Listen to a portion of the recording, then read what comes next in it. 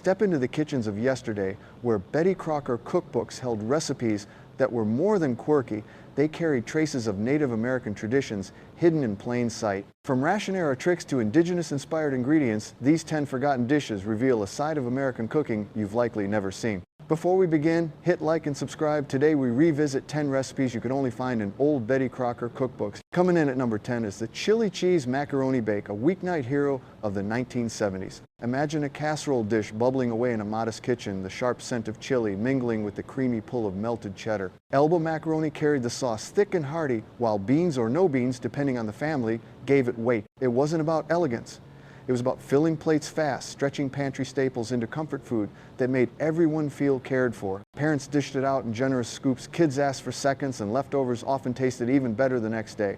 It was practical, cheap, and so satisfying, it became a fixture in school, cafeterias, and community cookbooks. This simple combination of pasta, chili, and cheese might not win awards today, but it captured the spirit of its time. Resourceful, cozy, and built to last. And if these memories make you smile, don't forget to like and subscribe, because we've only just begun to uncover the forgotten flavors of America's past. Coming in at number 9 is the fragrant dilly bread, a loaf that carried the very scent of the 1970s. Picture a cozy kitchen with orange linoleum floors and avocado green counters, the oven glowing as a round pan of bread rises high. The smell hits you. First cottage cheese, dried dill, and onion mingling into a warm, savory perfume that wrapped itself around the whole house. This wasn't the kind of bread you slice thin for sandwiches. It was rustic golden and meant to be torn apart with your hands, butter melting into its soft, fluffy insides. Families passed it around the dinner table, neighbors brought it to church, potlucks, and suddenly every gathering felt just a little brighter. Dilly bread became a star during the herb craze of the 70s, when even windowsill gardens sprouted dill pots.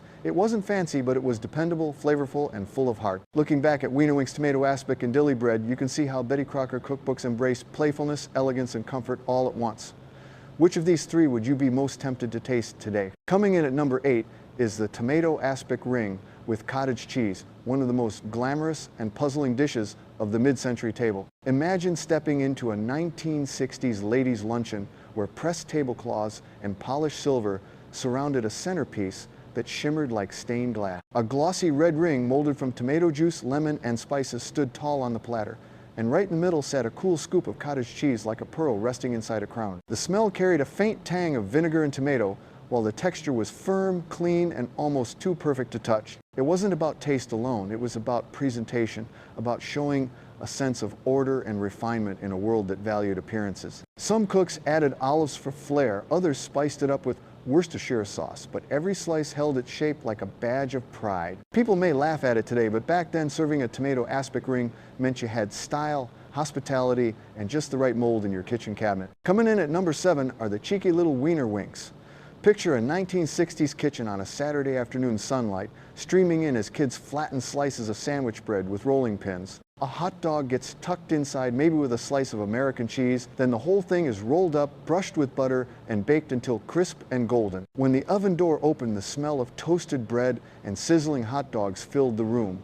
They looked almost like little party candles, playful and inviting. Kids burst out laughing at the funny name Wienerwinks and begged for seconds, while parents smiled because the recipe cost next to nothing and kept everyone happy. These rolls weren't just food. They were part snack, part entertainment. They showed up in lunchboxes, birthday parties, and the Cooking with Kids section of Betty Crocker cookbooks. Simple, silly, and strangely comforting, Wienerwinks prove that sometimes the best memories come from the easiest meals. Coming in at number 6 is the unforgettable mock apple pie, a trick of the kitchen that fooled countless families. Imagine sitting at your grandmother's table during lean times, cutting into a golden pie that smelled of cinnamon and sugar. You thought you were tasting apples until someone let you in on the secret. Inside were Ritz crackers softened in a syrupy mix of lemon juice, sugar, and spice, mimicking the texture of fruit. This dish was born in hard times, first during the Great Depression and again in World War II, when apples were scarce or too costly. Betty Crocker revived it later as a lesson in thrift, turning pantry staples into comfort food with flair. To many, it tasted surprisingly close to the real thing.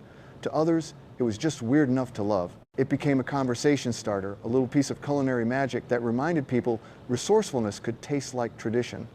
Recipes like this carried families through tough years and they still spark smiles today. If these memories are making you nostalgic, don't forget to like and subscribe for more stories of America's most unusual recipes. Coming in at number 5 is the frosted sandwich loaf, Betty Crocker's answer to a party showpiece on a budget. Imagine slicing a loaf of white bread horizontally, filling each layer with tuna, egg, or ham salad, then frosting the whole thing with whipped cream, cheese, tinted pink or green. It looked like a birthday cake, but cut into sandwiches. At baby showers, holiday teas, or office luncheons, this dish always stole the spotlight. Some people adored its quirky charm, others whispered it was a culinary crime, but no one forgot it. Decorated with parsley or pipe designs, it turned a humble loaf into an edible centerpiece. It's easy to laugh at now, but in the 1950s through the 1970s, it symbolized creativity and pride at the table. If you're enjoying this nostalgic journey so far, make sure to like and subscribe. Your support keeps these memories alive. Coming in at number 4 is the playful hot dog crown casserole. Picture a family dinner in the 1970s where mashed potatoes formed the base canned vegetables hid underneath, and hot dog slices stood tall in a circle like a crown ready for the broiler. It wasn't just food, it was dinner time theater. Kids loved the spectacle, parents loved how cheap and filling it was, and Betty Crocker loved showing that leftovers could shine if you staged them right. The smell of browning hot dogs mixing with creamy potatoes turned an ordinary Tuesday into something you actually looked forward to. Was it silly? Sure. But it was also practical, colorful, and perfectly suited for the era's taste for fun with food cooking. Today we call it kitsch. Back then it was just dinner. Coming in at number 3 is the so-called impossible taco pie. Step into a busy 1970s kitchen on a weeknight where dinner had to appear fast and without fuss. You mixed ground beef, taco seasoning, onions, and shredded cheese into a batter, poured it all into a pan, and somehow like magic it baked into a pie with its own crust. No rolling pin, no skill required, just Betty Crocker, giving every home cook a little kitchen confidence. The smell of taco spice filled the house, drawing kids to the table before the pie was even done.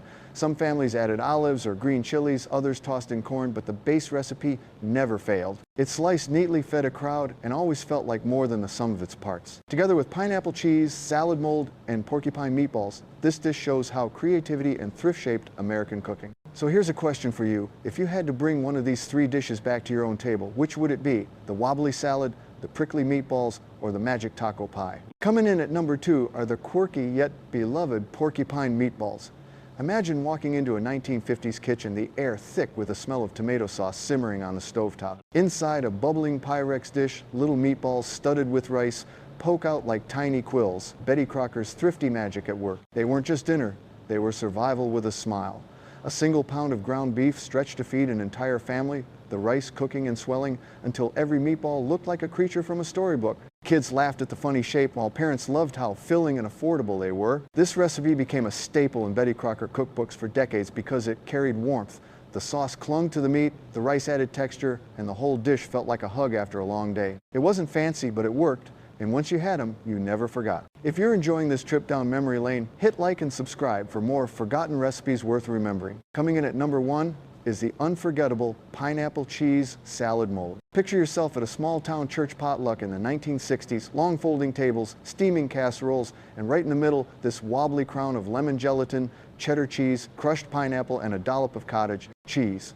It shimmered like neon, daring everyone to take a slice. The taste was unlike anything else. Sweet pineapple colliding with salty cheddar, creamy yet tangy, all glued together in a jiggly mold that quivered with pride. To some it was comforting, to others confusing, but nobody walked away without an opinion. Why did it exist? Because mid-century America adored gelatin molds. They looked fancy, stretched ingredients and made a homemaker's table feel special without straining the budget. Betty Crocker knew this dish wasn't fooling anyone into thinking it was gourmet, but it was bold, thrifty, and showy. People still laugh about it today, remembering kids giggling as adults tried to keep a straight face. Love it or hate it, this salad proved one thing. Sometimes the strangest dishes are the ones that live forever in memory. These Betty Crocker creations weren't just recipes, they were snapshots of American life blending thrift, creativity, and even echoes of native traditions that still linger today. Some made us laugh, some made us wonder, but all of them remind us how food carries history on every plate. Which one surprised you most? Drop your memories in the comments below, and don't forget to subscribe so we can keep bringing the past back to the table.